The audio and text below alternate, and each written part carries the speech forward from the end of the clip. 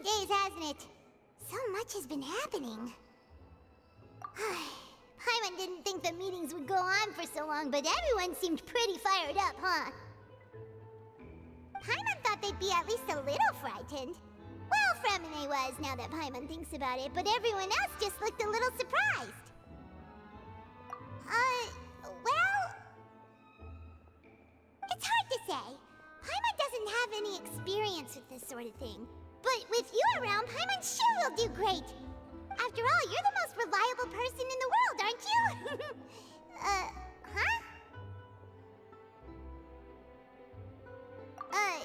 Did you just pour some tea? Paimon didn't notice you doing that at all. Then what's that? Paimon's never seen that cup before. Don't be frightened. I'm just joining you two for tea.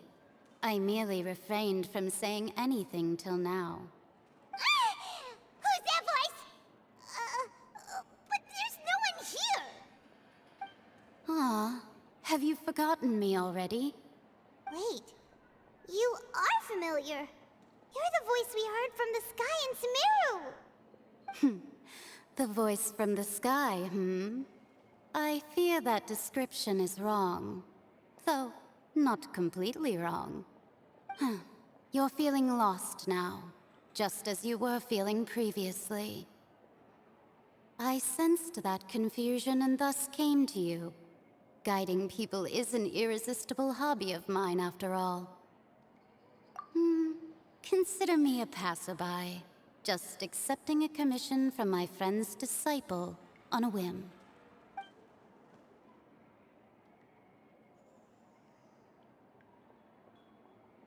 The prophecy. Yes, what has been prophesied will be fulfilled.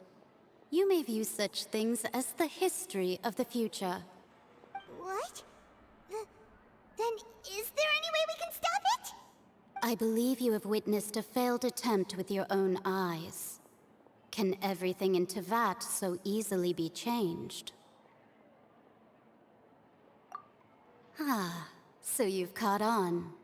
Just as prophecies are usually only the future as seen from the perspectives of the gods, could things be happening in hidden corners where the gods' gaze does not fall?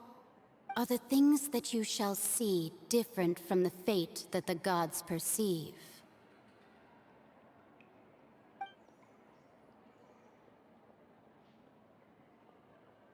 What is she talking about? It all sounds really impressive and important and stuff, but it also sounds kind of scary.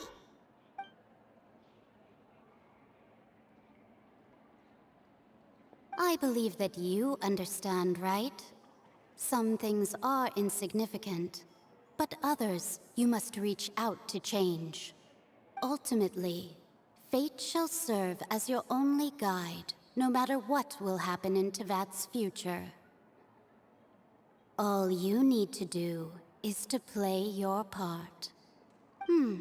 This was good tea, by the way. Thank you for your hospitality. Well, that'll be all for today. The voice. It's gone.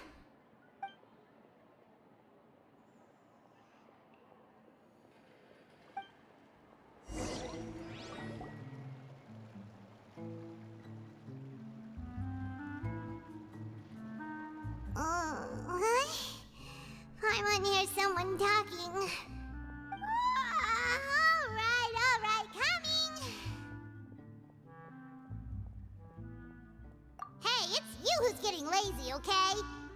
Well, I see I've walked in on some lively banter. Luna! Fine, just fine. I went to take part in that Steambird panel. It turned out to be more interesting than I expected. Not all Fontanians are pessimistic about this. One journalist mentioned that sitting around and waiting for the end to come would be wrong, and that they should make their own rescue preparations. I agreed, so we had a brief chat with her. Did she have pink hair by any chance? Why, yes, it was Charlotte.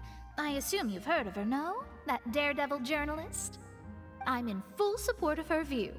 Prophecies are very important, but How can people allow their lives to be commandeered by just a few words? That's right! Paimon's glad to hear something sensible for once. Ah, yes.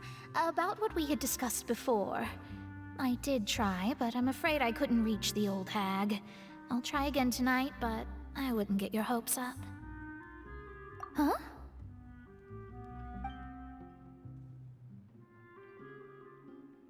Goodness gracious. Are you serious? She said that even the god's gaze has blind spots. Pretty bold if you ask Paimon. Most people would believe the gods to be all-knowing, right? The Hexen Circle members are certainly anything but ordinary. As for the mage named N, the old hag has mentioned her a few times. She said that N's sense of direction is incredible, and that she loves guiding those who are lost. But I've never met her, and if she were still alive, she'd be...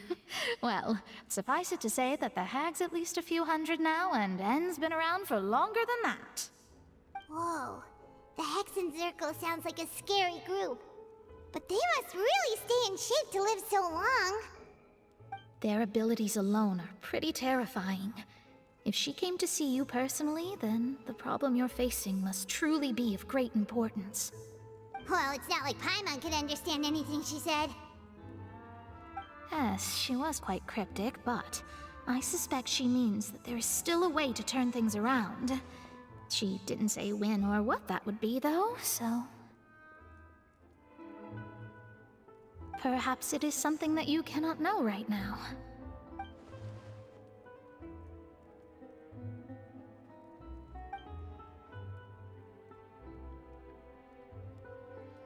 Traveler, Paimon, are you two all right? Oh, we're fine.